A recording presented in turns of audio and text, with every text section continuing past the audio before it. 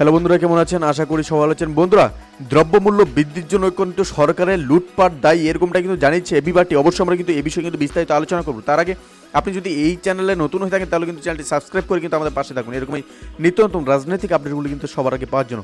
তাহলে চলুন বন্ধুরা, শুরু করা যাক। দ্রব্যমূল্য বৃদ্ধির জন্য কিন্তু সরকারের মদতপুষ্ট সিন্ডিকেটকে দায়ী করেছে আমার বাংলাদেশ পার্টি অর্থাৎ এবি পার্টি। দলটি কিন্তু দাবি যে জবাবদিহীন সরকারের অবাধ লুটপাটের কারণে কিন্তু দ্রব্যমূল্যে কিন্তু বৃদ্ধি বেড়েছে এবং কিন্তু দলমত নির্বিশেষে এই সিন্ডিকেটের বিরুদ্ধে সোচ্চার হওয়ার কিন্তু আহ্বান জানিয়েছে কিন্তু তারা।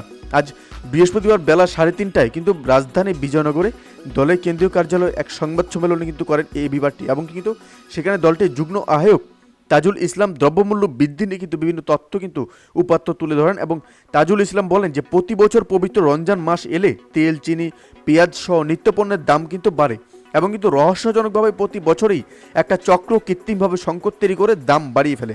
দ্রব্যমূল্য বৃদ্ধি ও জনগণ দুর্ভোগের জন্য জবাবদিহিহীন সরকারে কিন্তু লুটপাট দায়ী।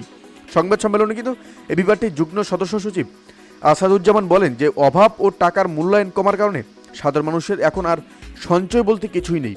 যার কাছে গত বছর 1 লাখ টাকা ছিল তার এখন হাত প্রায় শূন্য। তিনি বর্তমান পরিস্থিতিকে বহুমাত্রিক দুর্ভিক্ষ চলছে বলে মন্তব্য করেন। এবং সংবাদ সম্মেলনে কিন্তু আরও উপস্থিত ছিলেন যে এবি পার্টির যুগ্ম আহ্বায়ক বি.এম. নাজমুল হক, সদস্য সচিব মজিবুর রহমান এবং কিন্তু দপ্তর সম্পাদক আব্দুল আল মামুন এবং প্রচার সম্পাদক আনোয়ার সাদাত, এবি যুব পার্টির আহ্বায়ক বি.এম. খালিদ হাসান প্রমুখ কিন্তু তারা উপস্থিত কিন্তু ছিলেন। তো বন্ধুরা, এই ছিল আমাদের একটা ছোট্ট আপডেট যেটি আপনাদের সামনে তুলে ধরা। অবশ্যই আপডেট সম্পর্কে আপনার কি মতামত সেটা কিন্তু আমাদের কমেন্টে জানাতে ভুলবেন না। ভালো থাকুন, সুস্থ থাকুন, ধন্যবাদ। দেখা হচ্ছে পরবর্তী নতুন একটি কোনো ভিডিওতে। আপনি কোথা থেকে দেখছেন অবশ্যই সেটা আমাদের কমেন্টে জানাতে ভুলবেন না।